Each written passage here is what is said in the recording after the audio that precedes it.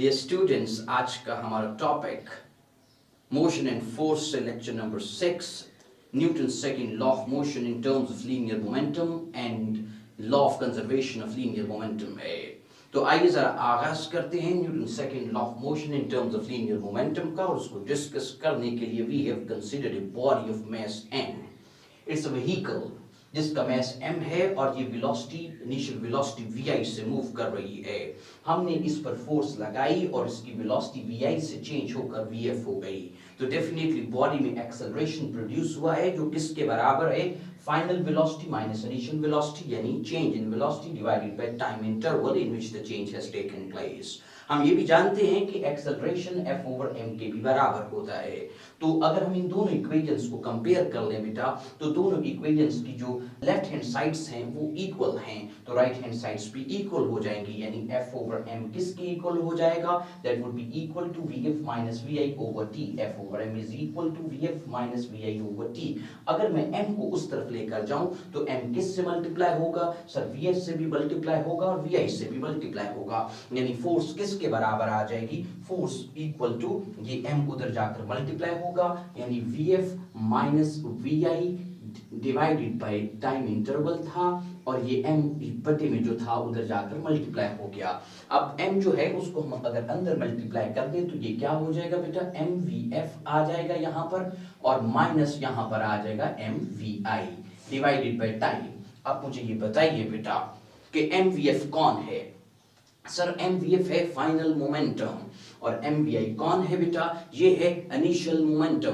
तो final momentum में से अगर मैं सब्ट्रैक्ट कर दूं इनिशियल मोमेंटम को तो क्या आ जाएगा, so that would be equal to the change in momentum. तो यहां पर चेंज इन मोमेंटम आ गया बेटा divided by time, and this is what Newton second law of motion in terms of linear momentum. Sir Newton second law of motion in terms of acceleration क्या है, f is equal to ma है, और Newton second law of motion in terms of linear momentum क्या है कि force बराबर है rate of change of momentum के। और सर हम इसको कैसे डिफाइन करेंगे, हम इसको डिफाइन करेंगे कि force acting on a body is equal to rate of change of momentum. तो सर चेंज इन मोमेंटम भी तो वेक्टर है, जी हाँ, तो सर उसकी डायरेक्शन क्या होगी बेटा, change in momentum is a vector quantity and it has the same direction as that of force.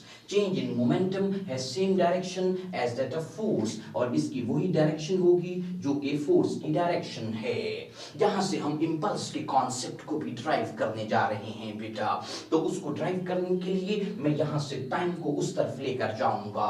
जब मैं टाइम को उस तरफ लेकर जाऊंगा तो फोर्स इनटू टाइम किसके बराबर आ जाएगा बेटा, that would be equal to change in momentum.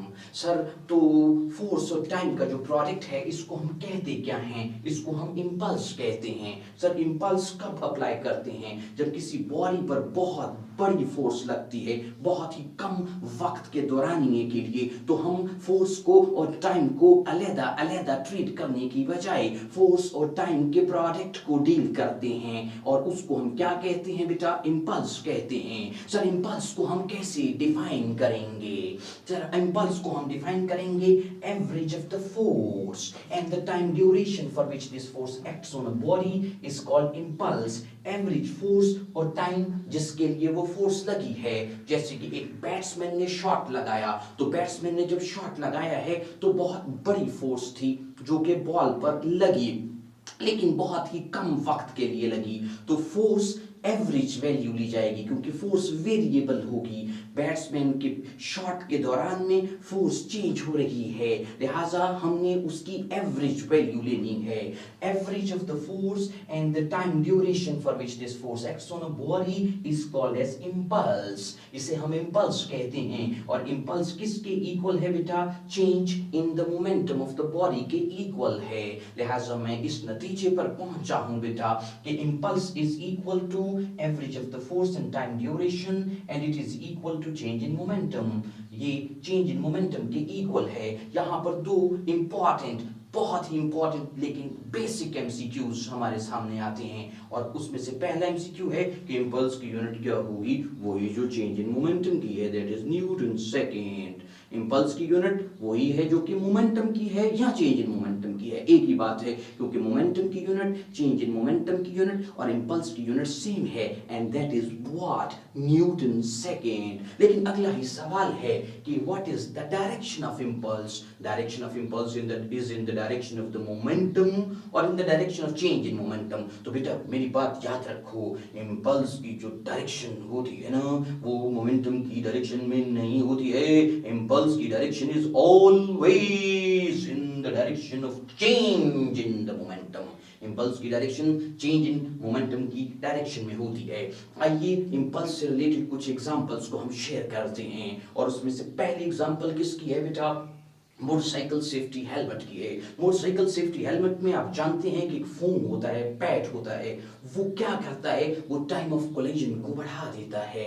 Sir कब? ड्यूरिंग हेड इंजरी, अगर किसी शख्स का खुदा न खास्ता एक्सीडेंट हो जाता है तो हेड इंजरी के दौरान में वो टाइम ऑफ कोलिजन को बढ़ा देता है, वो फोम जो है वो टाइम ऑफ कोलिजन को बढ़ा देता है और फोर्स को सिग्निफिकेंटली रिड्यूस कर देता है, और इस तरह हेड इंजरी के इम्कानात कम से कम हो जाते हैं। इसी तरह बेटा wicket keeper while catching the ball, wicket keeper जब बॉल को कैच करता है तो he moves his hand in the backward direction in order to increase the time of collision, ताकि टाइम ऑफ कोलिजन बढ़ जाए और फोर्स जो है वो सिग्निफिकेंटली रिड्यूस हो जाती है।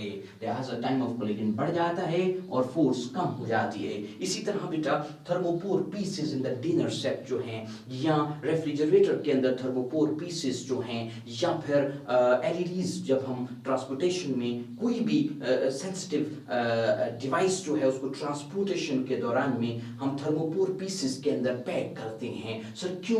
क्योंकि थर्मोपोर पीसेस जो है बेटा वो टाइम ऑफ कोलिजन को बढ़ा देते हैं और फोर्स सिग्निफिकेंटली रिड्यूस हो जाती है। इस तरह क्रॉकरी जो है वो डैमेज होने से बच जाती है।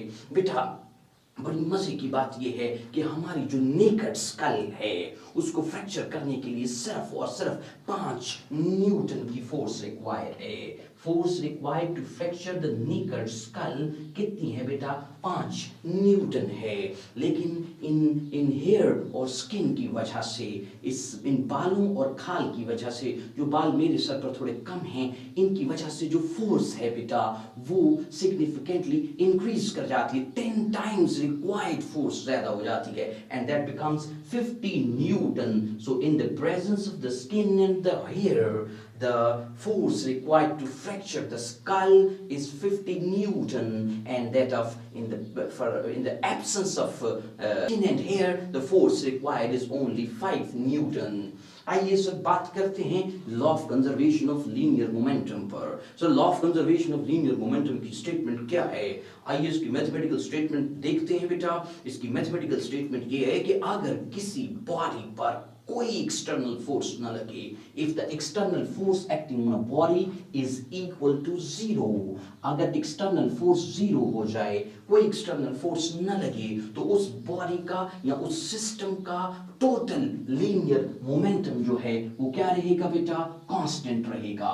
अब कांस्टेंट रहने का मतलब क्या है? सिस्टम के कुल मोमेंटम के कांस्टेंट रहने का मतलब क्या होता है? इसका मतलब ये होता है कि जो चेंज आई है मोमेंटम में वो 0 के बराबर होगी, यानी कोई चेंज नहीं होगा। मोमेंटम कंजर्व रहेगा, मोमेंटम कांस्टेंट रहेगा। सर कंजर्व का मतलब क्या होता है बेटा? कंजर्व का मतलब होता है बाकी रहना, बका। कंजर्वेशन से का मतलब है बका, बाकी रहना, यानी मोमेंटम जाया नहीं होता, टोटल मोमेंटम कांस्टेंट रहता है, मतलब उसकी चेंज 0 के बराबर है। आप यूं भी कह सकते हैं कि momentum before the event is equal to after the event. Sir event से मुराद क्या है? कोलिजन भी इवेंट हो सकती है बेटा, एक्सप्लोजन भी इवेंट हो सकता है, या कोई और भी इवेंट हो सकता है। तो total linear momentum before an event is equal to total linear momentum after the event. आइए law of conservation of linear momentum को एक एग्जांपल के साथ शेयर करते हैं। Law of conservation of linear momentum को समझने के लिए वी हैव कंसीडर्ड 2 बॉल्स, हमने 2 बॉल्स ली हैं। सर ये बॉल्स जो हैं इनके मैसेज क्या हैं? एक का m1 है, दूसरी का m2 है, और इसकी वेलोसिटी v1 है और इसकी वेलोसिटी v2 है। सर ये दोनों बॉल्स कैसी हैं? हार्ड हैं, नॉन रोटेटिंग हैं और स्मूथ हैं। सर हार्ड बॉल्स क्यों ले रहे हैं सर? ताकि वो पिचके ना। सर स्मूथ क्यों ले रहे हैं? ताकि फ्रिक्शन ना हो। सर नॉन रोटेटिंग क्यों ले रहे हैं? यानी बॉल स्लिप करती हुई क्यों जा रही हैं? नॉन रोटेटिंग क्यों ले रही हैं? बिकॉज हम law of conservation of linear momentum को डिस्कस कर रहे हैं, इसमें एंगुलर मोमेंटम इन्वॉल्व नहीं होना चाहिए। लिहाजा smooth hard non rotating balls हैं, उनके मैसेज m1 एंड m2 हैं, वेलोसिटीज v1 और v2 हैं। ये बॉल्स जो हैं ये सेम लाइन में जा रही हैं। ये बॉल्स किस में जा रही हैं बेटा? सेम लाइन में जा रही हैं और सेम डायरेक्शन में जा रही हैं। अब मजे की बात यह है कि अगर ये v1 वेलोसिटी v2 से ज्यादा होगी, if v1 is greater than v2, अगर v1 वेलोसिटी v2 से ज्यादा होगी तो जो पीछे वाली बॉल है बेटा वो आगे वाली बॉल को जाकर स्ट्राइक करेगी, यानी इनमें कोलिजन होगी। अब जब कोलिजन होगी बेटा तो m1 जो है वो m2 पर फोर्स लगाएगी। सर m1 जो है वो m2 पर कितनी फोर्स लगा रही है? F, और वो आगे की जानिब को लग रही है। और सर m2 जो है वो भी तो m1 पर फोर्स लगाएगी। जी हाँ, और वो कितनी फोर्स होगी? F डैश होगी, और वो बैकवर्ड डायरेक्शन में है। सर दोनों ही फोर्सेस क्या बराबर हैं? जी हाँ बेटा, दोनों फोर्सेस मिकदार में बराबर हैं और डायरेक्शन में ऑपोजिट हैं। तो सर फोर्सेस के लगने पर वेलोसिटीज और मोमेंटा तो चेंज होंगे। जी डेफिनेटली m1 का मोमेंटम चेंज होकर कितना हो जाएगा? m1 v1 डैश हो जाएगा, और m2 का मोमेंटम कितना हो जाएगा? m2 v2 डैश हो जाएगा। सर सवाल ये पैदा होता है कि टोटल मोमेंटम पूरे सिस्टम का बिफोर कोलिजन, ये कोलिजन है, उससे पहले सिस्टम का कुल मोमेंटम कितना था बेटा? m1 v1 plus m2 v2, क्योंकि सिस्टम में दो बॉल्स हैं, इन दोनों का मोमेंटम टोटल मोमेंटम है सिस्टम का कोलिजन से पहले, और वो कितना है? m1 v1 plus m2 v2 है। और आफ्टर द कोलिजन पूरे सिस्टम का टोटल मोमेंटम कितना है मेरे बेटा? That is m1 v1 dash plus m2 v2 dash है। सर सवाल ये पैदा होता है कि टोटल मोमेंटम बिफोर कोलिजन कितना था? अगर फर्ज करें कि वो 100 न्यूटन सेकेंड था, तो आफ्टर कोलिजन कितना होगा? सर वो भी 100 न्यूटन सेकेंड होगा राइट साइड पर। डायरेक्शन भी चेंज नहीं होगी और मैग्नीट्यूड भी चेंज नहीं होगा, यानी total linear momentum before collision 100 Newton second था राइट साइड पर, तो total linear momentum after collision भी 100 न्यूटन सेकंड होगा राइट साइड पर। सर आप कहना क्या चाहते हैं? जो कुछ कहना चाहता हूं मैं वो मैथमेटिकली यहां पर लिख दिया गया है कि m1 v1 plus m2 v2 ये सिस्टम का टोटल लीनियर मोमेंटम था कोलिजन से पहले, और ये बराबर है। सर किसके बराबर है? Total linear momentum of the system after collision which is m1 v1 dash plus m2 v2 dash, यानी मोमेंटम मैग्नीट्यूड में भी कंजर्व रहता है और डायरेक्शन में भी कंजर्व रहता है। सर कंक्लूजन क्या है? मोमेंटम वेक्टर मिकदार है and it remain conserve in the magnitude as well as it remain conserved in its direction. Sir आइए मोमेंटम से रिलेटेड एक एग्जांपल शेयर करते हैं बेटा, और वो एग्जांपल क्या है बेटा? मोमेंटम एंड एक्सप्लोसिव फोर्सेस की एग्जांपल है। आइए जरा देखते हैं बेटा, और वो खूबसूरत एग्जांपल जो है बेटा, when the bullet is fired from a gun, जब बुलेट जो है वो गन से फायर होती है, तो सर किसका मोमेंटम ज्यादा होगा और किसका कम होगा? किसकी वेलोसिटी ज्यादा होगी और किसकी काइनेटिक एनर्जी ज्यादा होगी? इस पर जरा बात करते हैं बेटा। उसके लिए मैंने आपके सामने एक गन ली है। गन का मैस है कैपिटल M, और उसमें ये एक बुलेट है और इसका मैस कितना है? स्मॉल m है। सर बिफोर फायरिंग दो सिस्टम टोटल रेस्ट पर है, यानी बुलेट का मोमेंटम भी जीरो है और गन का मोमेंटम भी जीरो है, तो टोटल मोमेंटम बिफोर फायरिंग को मैं लेफ्ट साइड पर लिखने लगा हूं बेटा, और वो है जीरो।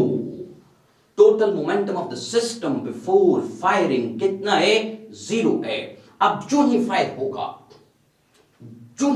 होगा तो बुलेट आगे को जाएगी और गन की रिकॉइल वेलोसिटी पीछे की जानिब को होगी, तो टोटल फाइनल मोमेंटम सिस्टम का कितना होगा? वो भी जीरो ही होगा। सर वो कैसे जीरो हो सकता है? सर बुलेट का मोमेंटम अब कितना है? बुलेट का मोमेंटम है mv और गन का मोमेंटम कितना है? mv डैश है, तो सर दोनों में से ज्यादा कौन है? दोनों ही बराबर हैं। सर बराबर हैं और ऑपोजिट भी हैं, तो sir total momentum after firing कितना है? टोटल मोमेंटम आफ्टर फायरिंग भी जीरो है। सर क्यों? उसकी वजह यह है कि अगर बुलेट का momentum 1000 Newton second right side पर है तो गन का लीनियर मोमेंटम 1000 न्यूटन सेकेंड ही होगा लेफ्ट साइड पर। तो मुझे ये बताइए कि अगर एक मार्कर पर लगने वाली equal and opposite forces add up होकर रिजल्टेंट जीरो दे सकती हैं, तो क्या दो मोमेंटा जो इक्वल और ऑपोजिट होंगे उनका रिजल्टेंट भी क्या जीरो नहीं होगा? सर होगा। इसका मतलब ये हुआ कि जितना मोमेंटम बुलेट का है उतना ही मोमेंटम गन का होगा। दोनों मोमेंटा जब एड अप होंगे तो टोटल फाइनल मोमेंटम भी जीरो के बराबर होगा, यानी mv डैश प्लस mv किसके बराबर आएगा? Is equal to zero. इसका मतलब क्या है? अगर मैं ये स्मॉल mv को उस तरफ लेकर जाऊं बेटा तो ये उधर जाकर क्या हो जाएगा? माइनस का हो जाएगा। इसका मतलब माइनस mv के बराबर आ जाएगा। मतलब the momentum of the gun is equal and opposite to the momentum of the bullet. लेकिन सर वेलोसिटी किसकी ज्यादा होगी? वेलोसिटी v डैश किसकी वेलोसिटी है? सर ये रिकॉइल वेलोसिटी है, झटके की वेलोसिटी है। किसकी? गन की। ये किसके बराबर है? सर कैपिटल M उस तरफ लेकर जाइए तो ये किसके बराबर आ जाएगी? mv ओवर में कैपिटल M। अब आप ये जानते हैं बेटा कि गन का मास ज्यादा है, लिहाजा रिकॉइल वेलोसिटी कम होगी। रिकॉइल वेलोसिटी कम होगी। सर इसका मतलब बुलेट का मोमेंटम और गन का मोमेंटम इक्वल एंड ऑपोजिट है? जी हाँ, यानी दोनों का मोमेंटम मिकदार में बराबर है और डायरेक्शन में ऑपोजिट है, रिजल्टेंट उनका जीरो होगा। लेकिन यहां पर यह बात बड़ी दिलचस्प है कि दोनों के मोमेंट अगर मैग्नीट्यूड में बराबर है तो वेलोसिटीज बराबर नहीं है और काइनेटिक एनर्जीज भी बराबर नहीं है सर। तो सर मोमेंटा मैग्नीट्यूड में बराबर है? जी हाँ। तो सर वेलोसिटी किसकी ज्यादा है? बुलेट की। सर वजह, क्योंकि आपने ये कॉन्सेप्ट पढ़ा है कि अगर मोमेंटम कंजर्व रहे, अगर मोमेंटम कांस्टेंट रहे या अगर मोमेंटम बराबर रहे तो जिस बॉडी का मास कम होता है उसकी वेलोसिटी ज्यादा होती है। सर किसका मास कम है? बुलेट का मास कम है, लिहाजा उसकी वेलोसिटी ज्यादा होगी। और sir what about kinetic energy? Kinetic energy का formula in terms of linear momentum हमने पिछले लेक्चर में पढ़ा था, p स्क्वायर ओवर 2ma। अब मुझे ये बताइए कि क्या मोमेंटम कंजर्व रहा है? Yes sir, keeping the momentum same. Case याद आ गया आपको? कीपिंग द मोमेंटम सेम, जिसका मास कम है उसकी काइनेटिक एनर्जी ज्यादा होगी। तो सर किसका मास कम है? बुलेट का मास कम है गन के मास से, लिहाजा बुलेट की काइनेटिक एनर्जी ज्यादा है। सर कंक्लूडिंग वर्ड्स क्या हैं? कंक्लूडिंग वर्ड्स को यहां पर दोबारा से मैं लिख रहा हूं बेटा, please keep it in mind, इन कॉन्सेप्ट्स को जिंदा रख लीजिएगा क्योंकि यही टाइप ऑफ क्वेश्चंस हैं। When the bullet is fired from the gun, तो बुलेट का momentum is equal and opposite, equal and opposite to the momentum of the gun. दोनों के मोमेंटम मिकदार में बराबर और डायरेक्शन में ऑपोजिट होते हैं, but the velocity of the bullet is greater than the velocity of the gun and the kinetic energy of the bullet is greater than the kinetic energy of the gun. आइए law of conservation of linear momentum से related चंद मजीद concepts को share करते हैं। Formula for the common velocity when two bodies collide. बेटा अगर दो बॉडीज कोलाइड करती हैं और उसके बाद वो कॉमन वेलोसिटी के साथ मूव करती हैं तो उसका फार्मूला क्या होगा? सर कॉमन वेलोसिटी से मूव करने का मतलब ये है कि they stick together and move with the common velocity, और इसकी हम शॉर्टकट बनाएंगे बेटा अभी हम, और उसी शॉर्टकट को नेक्स्ट हम एमसीक्यूज में अप्लाई करेंगे। तो इस कॉन्सेप्ट को समझने के लिए I have taken two trolleys, एक ट्रॉली जो है x है और दूसरी y है। x ट्रॉली का मास कैपिटल M और उसकी वेलोसिटी v1 है, y ट्रॉली का मास स्मॉल m और उसकी वेलोसिटी v2 है। तो टोटल मोमेंटम जो है सिस्टम का बिफोर द कोलिजन वो कितना है? Capital M v1 plus small m v2 है। ये लेफ्ट साइड पर टोटल मोमेंटम है सिस्टम का before collision. After collision total momentum कितना होगा बेटा?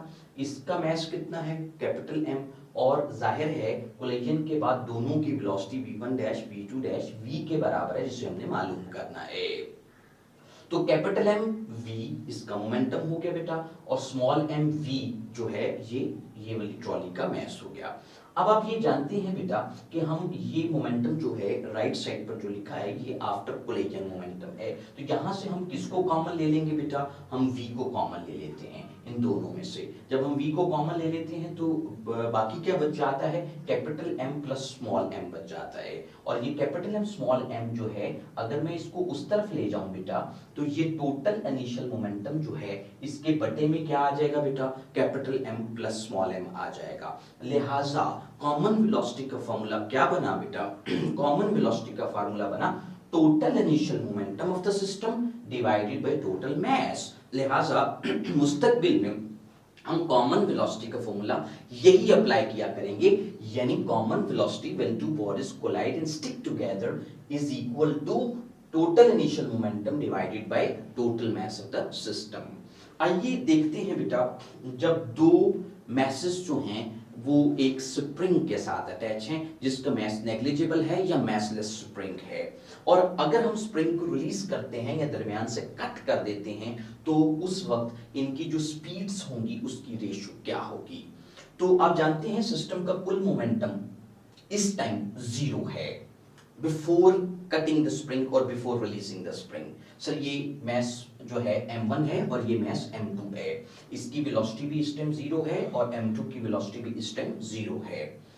तो लिहाजा total momentum of the system before releasing और कटिंग द स्प्रिंग कितना है बेटा, वो 0 के बराबर है। ये 0 है टोटल सिस्टम का momentum before releasing. After releasing क्या होगा, आफ्टर रिलीजिंग जो ही हम इसको काटेंगे, ये जो मैस है m1 इसका मोमेंटम हो जाएगा m1 v1 to the right, और इसका मोमेंटम कितना हो जाएगा m2 v2 to the left. अब मजे की बात ये है कि जितना मोमेंटम m1 गेन कर रहा है टू द राइट उतना ही मोमेंटम m2 गेन करेगा टू द लेफ्ट। अगर इसका momentum 10 Newton second to the right है तो इसका मोमेंटम 10 न्यूटन सेकंड होगा टू द लेफ्ट। तो अब भी ये दोनों मोमेंटम जब जमा होंगे तो रिजल्ट कितना बनेगा, 0, क्योंकि मोमेंटम एक वेक्टर क्वांटिटी है।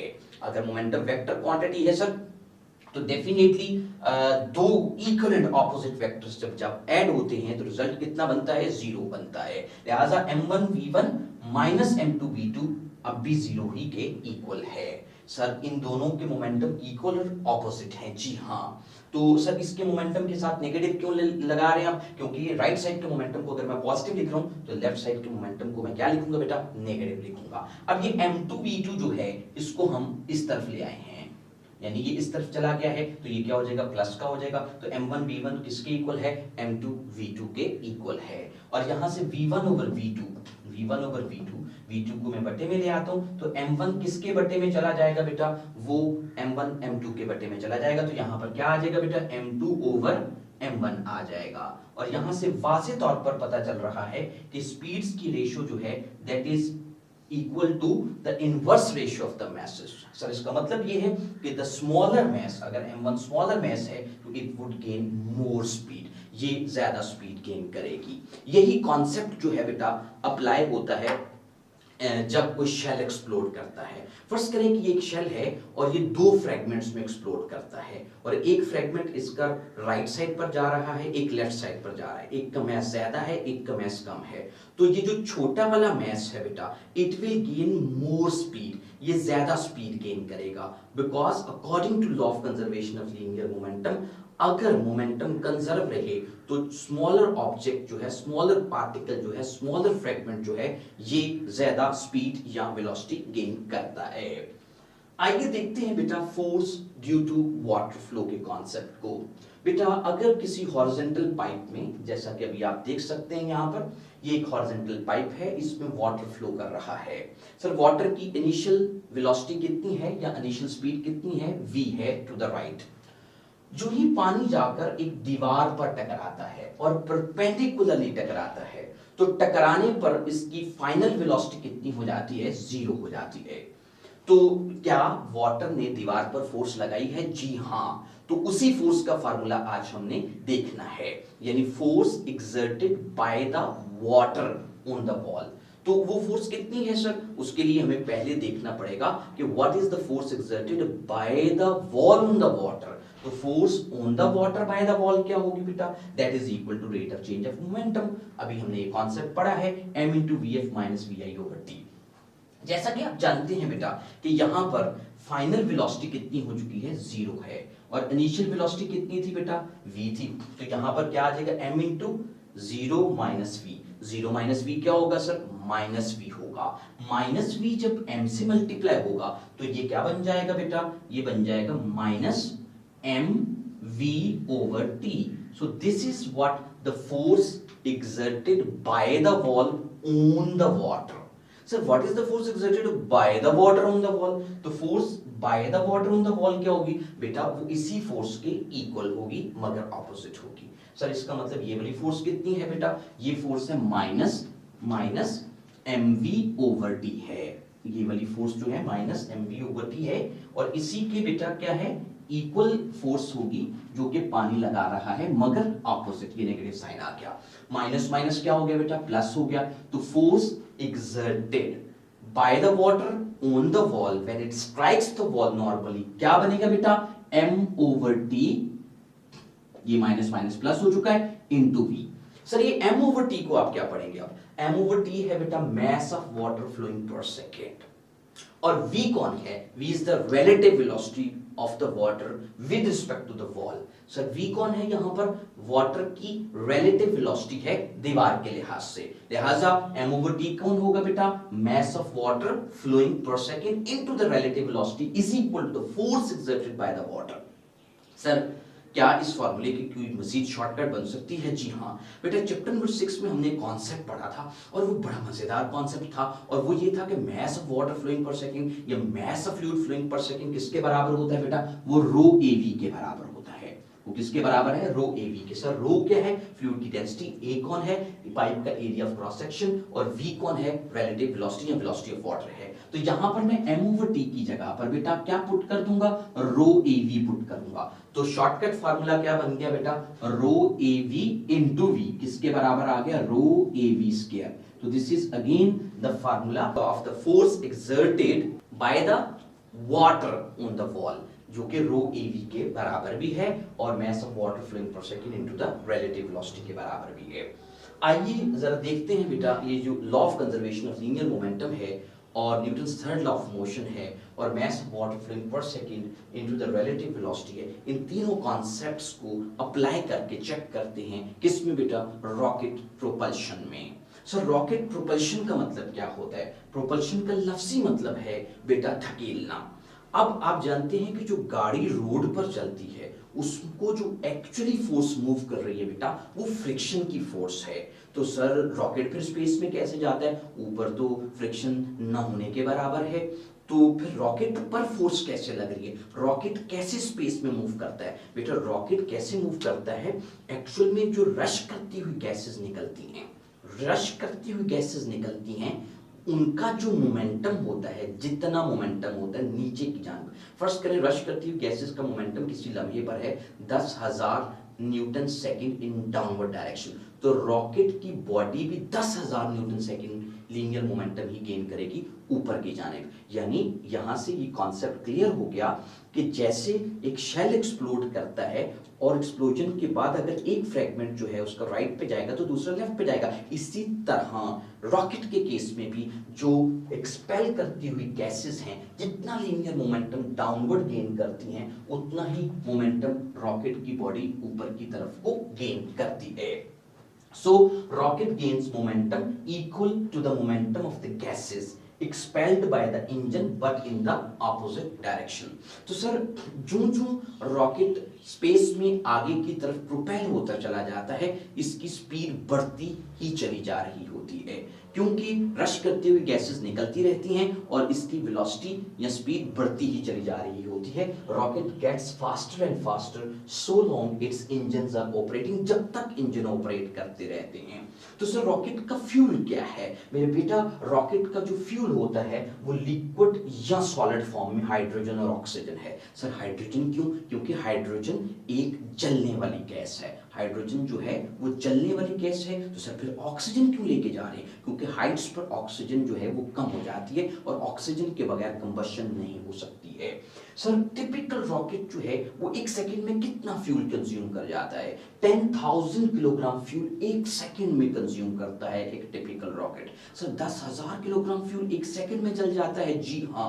तो सर रॉकेट का तो मास बहुत तेजी से डिक्रीज कर रहा होता है। जी हाँ, रॉकेट का मास कैपिटल M होता है और वो बहुत तेजी से डिक्रीज करता है क्योंकि एक सेकंड में 10,000 किलोग्राम फ्यूल कंज्यूम हो रहा है। तो 2 सेकंड में कितना होगा सर? 20,000। 3 सेकंड में कितना होगा? 30,000। 10 सेकंड में कितना होगा? 1,00,000 किलोग्राम फ्यूल रॉकेट कंज्यूम कर जाता है 10 सेकंड में। सर तो जो रश करती हुई गैसेस निकल रही हैं ये वाली, ये कितनी वेलोसिटी से निकल रही हैं? ये 4000 मीटर पर सेकंड की वेलोसिटी से निकल रही हैं। सर ये गैसेस की वेलोसिटी किसके लिहाज से? रिलेटिव टू द अर्थ नहीं है बेटा, relative to the body of rocket है। सो रश करती हुई गैसेस की जो वेलोसिटी है या बर्न्ड गैसेस की जो वेलोसिटी है that is 4000 metre per second relative to the body of the rocket है बेटा। अब मजे की बात यह है कि रॉकेट का 80% मैस उसका फ्यूल ही होता है। 80% मैस उसका फ्यूल होता है, उसमें छोटे छोटे रॉकेट्स होते हैं, वो बर्न करते रहते हैं और वो डिस्कार्ड होते चले जाते हैं और आहिस्ता आहिस्ता रॉकेट का मैस जो है वो कम होता चला जाता है as long as its engines are operating. अब मैं देखना ये चाहता हूं कि चूंकि rocket gets faster and faster, तो हम ये देखना चाहते हैं कि रॉकेट का एक्सेलरेशन कितना होगा। सर रॉकेट का एक्सेलरेशन जो है वो अपवर्ड डायरेक्शन में होता है और उसका फार्मूला क्या है बेटा, आइए जरा उसको कैलकुलेट करते हैं। देखिए बात ये है कि रॉकेट पर जो फोर्स लग रही है वो एफ है। रॉकेट पर जो फोर्स लग रही है वो एफ है। ये किस पर फोर्स लग रही है? रॉकेट पर लग रही है। और ये फोर्स किसके बराबर है? Mass of gases ejected per second into the relative velocity of the gases. Sir ये कौन है? m over t कौन है? Mass of gases ejected per second है और v कौन है? रिलेटिव वेलोसिटी ऑफ गैसेस है with respect to the body of rocket. तो ये फोर्स के बराबर है, क्योंकि फोर्स किसके बराबर है बेटा? यहां पर हमने पढ़ा है mass of water flowing per second into relative velocity, तो यहां पर क्या है? Mass of gases ejected per second into relative velocity. Sir ये फोर्स लग किस पर रही है बेटा? ये फोर्स लग रही है रॉकेट की बॉडी पर। तो सर रॉकेट की बॉडी में ये फोर्स लगकर क्या कर रही है? एक्सेलरेशन प्रोड्यूस कर रही है। सर रॉकेट का मैस कैपिटल M और उसमें एक्सेलरेशन a प्रोड्यूस हो रहा है। सर यहां से एक्सेलरेशन का फार्मूला निकालना चाहते हैं हम? जी हां, तो हम इस तरह करते हैं कि सबसे पहले एक्सेलरेशन का फार्मूला निकालने के लिए टाइम की वैल्यू 1 सेकंड ले लेते हैं। अगर टाइम 1 सेकंड है बेटा तो यहां पर आप ये बात समझ सकते हैं कि ma किसके बराबर आएगा? mv ओवर t की जगह पर क्या आ गया बेटा? 1 आ गया। तो ma किसके बराबर आ गया बेटा? ma बराबर आ जाएगा mv के। सर ये कैसे डायमेंशनली इनकरेक्ट नहीं हो जाएगा? नहीं बेटा, ये ma जो है ये फोर्स है तो ये mv भी फोर्स है। सर ये फोर्स कैसे हो सकती है? ये तो mass है। नहीं बेटा, ये mass नहीं है, ये mass of gases ejected per second है, यानी इसके बटे में 1 सेकंड यानी टाइम भी मौजूद है। यहां से रॉकेट के एक्सेलरेशन का फार्मूला क्या बना बेटा? रॉकेट के एक्सेलरेशन का फार्मूला आ जाएगा a इज इक्वल टू, ये कैपिटल M उधर जाकर बटे में डिवाइड हो जाएगा बेटा। सो रॉकेट के एक्सेलरेशन का फार्मूला क्या बन गया बेटा? mv over capital M। और मजे की बात मैं आपको बताता हूं बेटा, मजे की बात ये है कि as long as its engines are operating, जो मैस ऑफ रॉकेट है वो डिक्रीज कर रहा होता है और तकरीबन 1 सेकंड में कितना मैस टिपिकल रॉकेट का कम हो जाता है? 10,000 किलोग्राम। तो रॉकेट का एक्सेलरेशन क्या कर रहा होता है? इंक्रीज कर रहा होता है। So rocket moves in the space with constant acceleration, increasing acceleration, decreasing acceleration, zero acceleration। तो क्या कहेंगे? rocket as long as its engines are operating, rocket moves in the space with increasing acceleration। Sir इसका acceleration बढ़ रहा होता है? जी हाँ, जो ये स्पेस में आगे की तरफ बढ़ रहा होता है इसका एक्सेलरेशन इंक्रीज कर रहा होता है। सर अगर इसका एक्सेलरेशन इंक्रीज कर रहा होता है तो अगर रॉकेट के साथ अगर कोई स्पेस शटल अटैच हो और उसमें इनहैबिटेंट्स भी मौजूद हों तो इनहैबिटेंट्स का वेट क्या करेगा? इंक्रीज कर जाएगा। सर इंक्रीज करेगा नहीं बल्कि इंक्रीज करता जा रहा होगा and they can feel that उनका वेट जो है वो बहुत ज्यादा बढ़ जाता है क्योंकि रॉकेट एक non inertial frame of reference है और उसका एक्सेलरेशन जो है वो इंक्रीज कर रहा होता है और वो अपवर्ड डायरेक्शन में इंक्रीज कर रहा होता है। It is accelerating upward frame of reference और इसका एक्सेलरेशन अपवर्ड में इंक्रीज कर रहा होता है, लिहाजा rocket moves in the space with increasing acceleration. बेटा इस टॉपिक का जो लेक्चर बी है उसमें हमने law of conservation of linear momentum और Newton second law of motion in terms of linear momentum से रिलेटेड टाइप ऑफ एमसीक्यूज को शेयर किया है, लिहाजा यहाँ पर हम इसको इख्तिताम कर रहे हैं और इसके अगले हिस्से में आप इन टॉपिक्स से रिलेटेड एमसीक्यूज को शेयर करेंगे। थैंक यू वेरी मच बेटा, अल्लाह हाफिज़।